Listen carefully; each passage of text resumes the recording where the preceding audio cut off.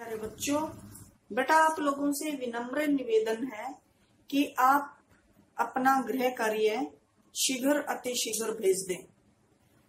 मुझे अभिभावकों से फोन पर बात करने को बाध्य न करें।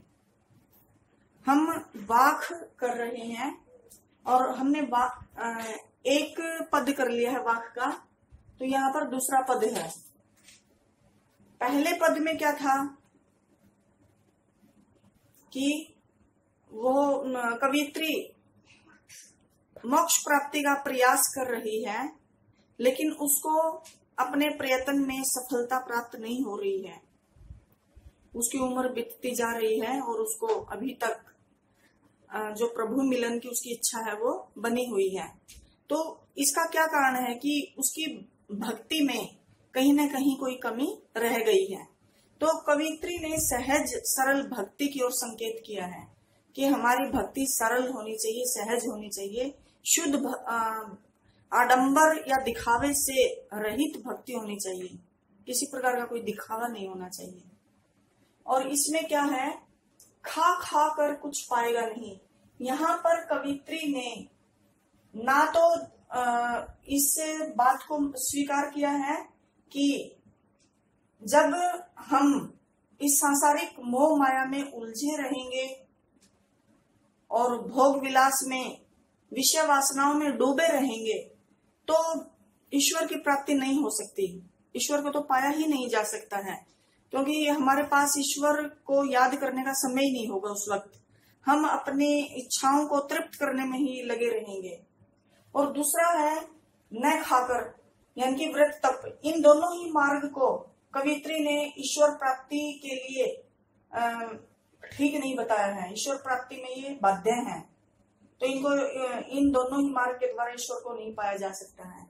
खा खाकर यानी कि अपनी इंद्रियों को संतुष्ट करके, अपनी इंद्रियों को तुष्ट करके, यानी कि इस संसार की सुख सुविधाओं को समेटने में ही अगर हम लगे रहेंगे, भोग विलास में विषय वासनाओं में हम डूबे रहेंगे, सांसारिक चमक दमक में अगर हम डूबे रहेंगे, तरह तरह के व्यंजनों का उपभोग करते रहेंगे, तो हमें ईश्वर नहीं मिलेंगे।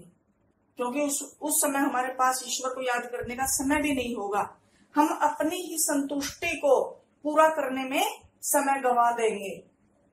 और दूसरा मार्ग क्या कहा उसने, न खाकर बनेगा अहंकारी।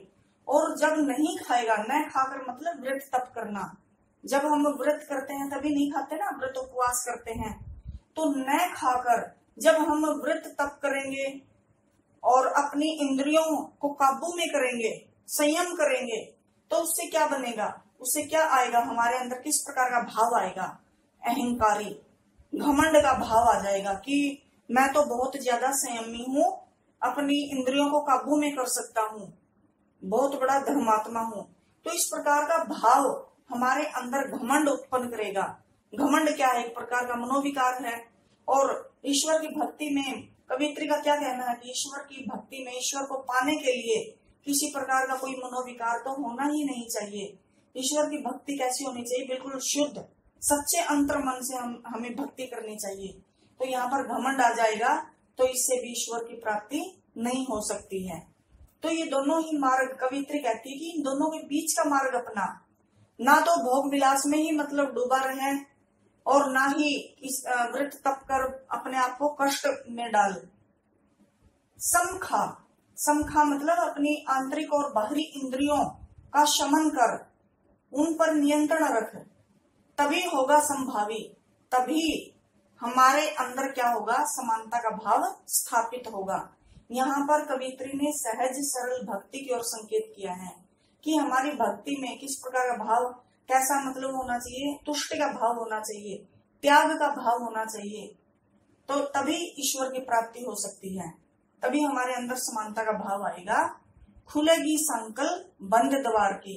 और जब हमारे अंदर आत्म संतुष्टि का भाव आ जाएगा, त्याग का भाव आ जाएगा, तब क्या होगा, हम जब अपनी आंतरिक और बाहरी इंद्रियों को वश में कर लेंगे, तब क्या होगा, तभी हमारी अज्ञानता की संकल्प खुल जाएगी।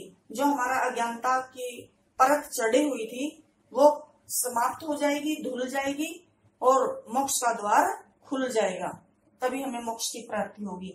यानी कि यहाँ पर कवित्री ने सहज सरल भक्ति की ओर संकेत किया है कि परमात्मा को सच्चे मन से ही पाया जा सकता है। किसी प्रकार का कष्ट देकर या फिर भोग विलास में डूबे रहकर बिल्कुल भी ईश्वर की प्राप्ति नहीं हो सकती है। व्यक्ति जब अपने आप पर नियंत्रण कर लेगा तभी उसे मोक्ष की प्राप्ति मिलेगी। विशेष में क्या होगा, एक तो विशेष यही आ जाएगा, इसी का सारांश, जब व्यक्ति स्वयं पर नियंत्रण करना सीखेगा तभी मुक्ति का मार्ग मिलेगा। स्वयं पर नियंत्रण करना आ जाएगा जब व्यक्ति को। खा खा, ये दो हैं, खा खा, दोनों शब्द इकट्ठे दो शब्द आने पर कौन सा अलंकार होता है? पुनरुक्ति प्रकाश अलंकार। नंबर 3 अनुप्रास अलंकार, ख ख की पुनरावृत्ति, 2 वर्ण भी हैं। प्रतीकात्मक शैली है यहाँ पर और शांत रस है। इसको आप लिख लेंगे, विशेष को भी लिख लेंगे और इसकी व्याख्या भाग भी लिख लेंगे। धन्यवाद।